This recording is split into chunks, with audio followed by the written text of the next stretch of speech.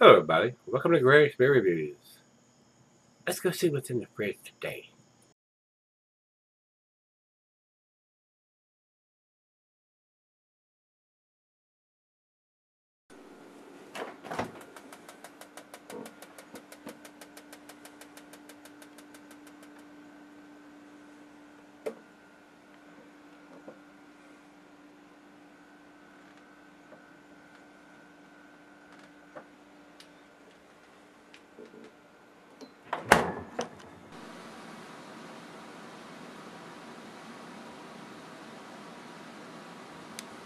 Alright guys, welcome to the Gregsbeerreviews today.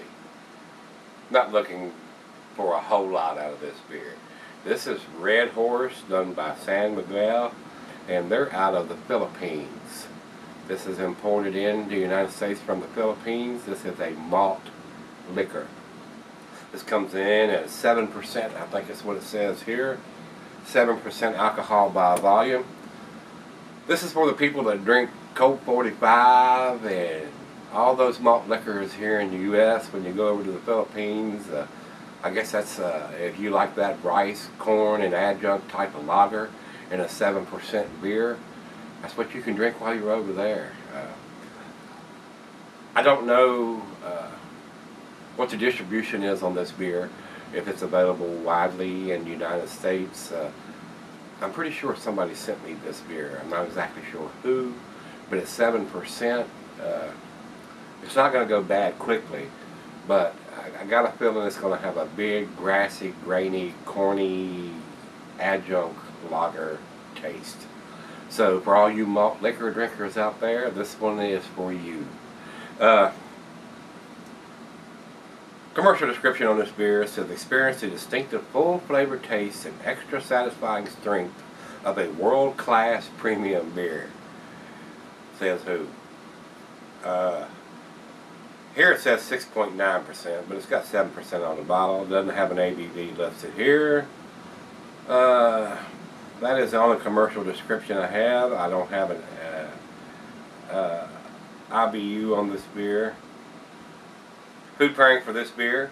Cuisine is Indian and Latin American, Pan-Asian, and glass-fired pint becker, the Pilsner glass, Pokal mug, Stein, or Sadel.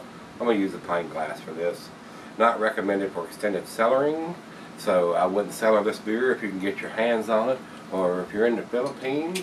There is no dating on the bottle. I have no idea how old the beer is.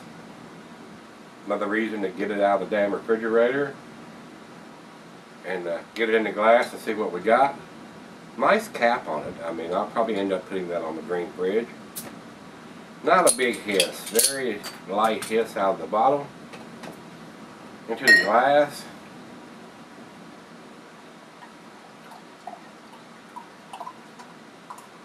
Not a lot of carbonation for an aggressive pour like that. Malt liquor. About a quarter finger of head, just barely covering the beer. It's a little darker than a typical macro lager though. So, I mean, it's a little bit heavier malt to brew an ABV that big. So, looks decent in the glass, it really does. I was expecting a lot more head on the pour, being a malt liquor of only 7%. So, let's get a nose on it.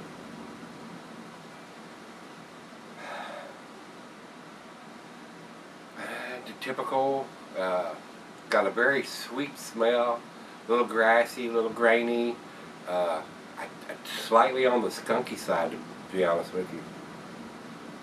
It almost smells like apricots too, it's so sweet.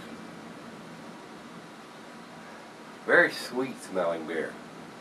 More sweet than most of your American malt liquors. And I've had a few of them in my time. Smells very sweet, like an apricot smell. So, let's give it a taste. Cheers, everybody. You can see the head is gone. It is dissipated completely.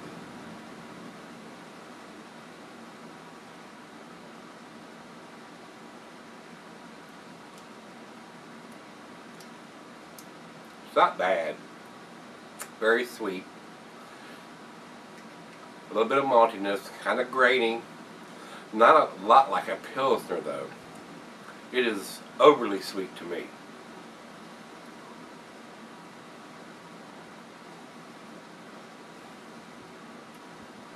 I would think the IBUs on this beer would be about 20.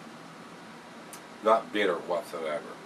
Might make for a nice chick beer if they're into lagers.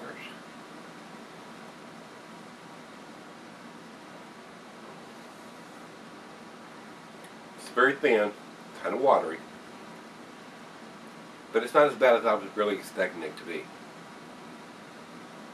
Not something that I would seek out and purchase again, but it's not too bad.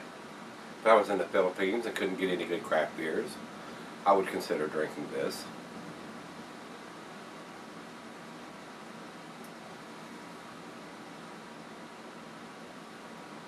But it is very thin. I will give it this.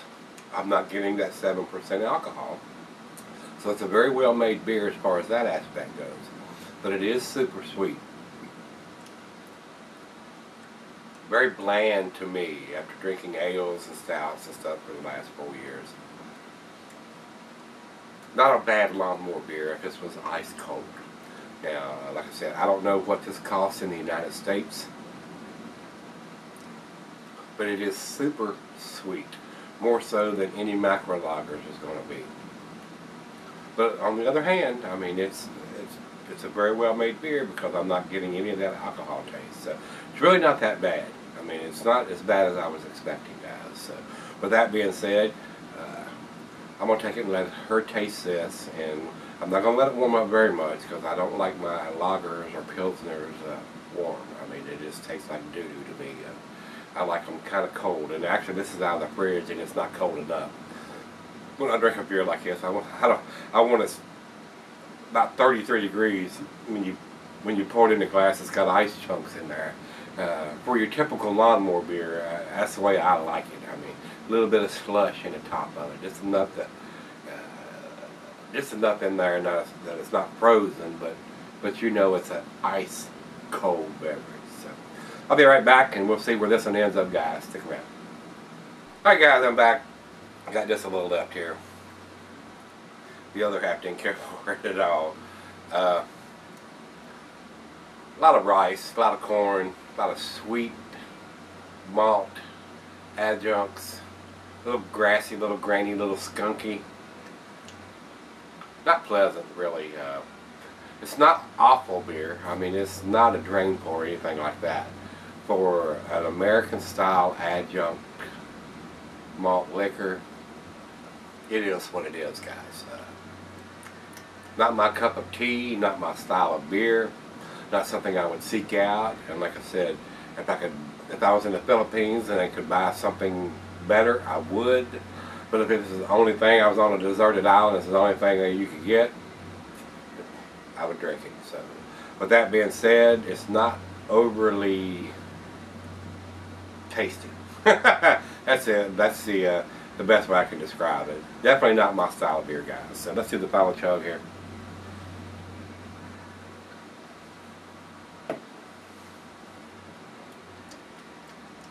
Not getting the alcohol, so in that aspect, it seems kind of well made. But it is very sweet, watery, bland. A lot of adjunct, rice, corn.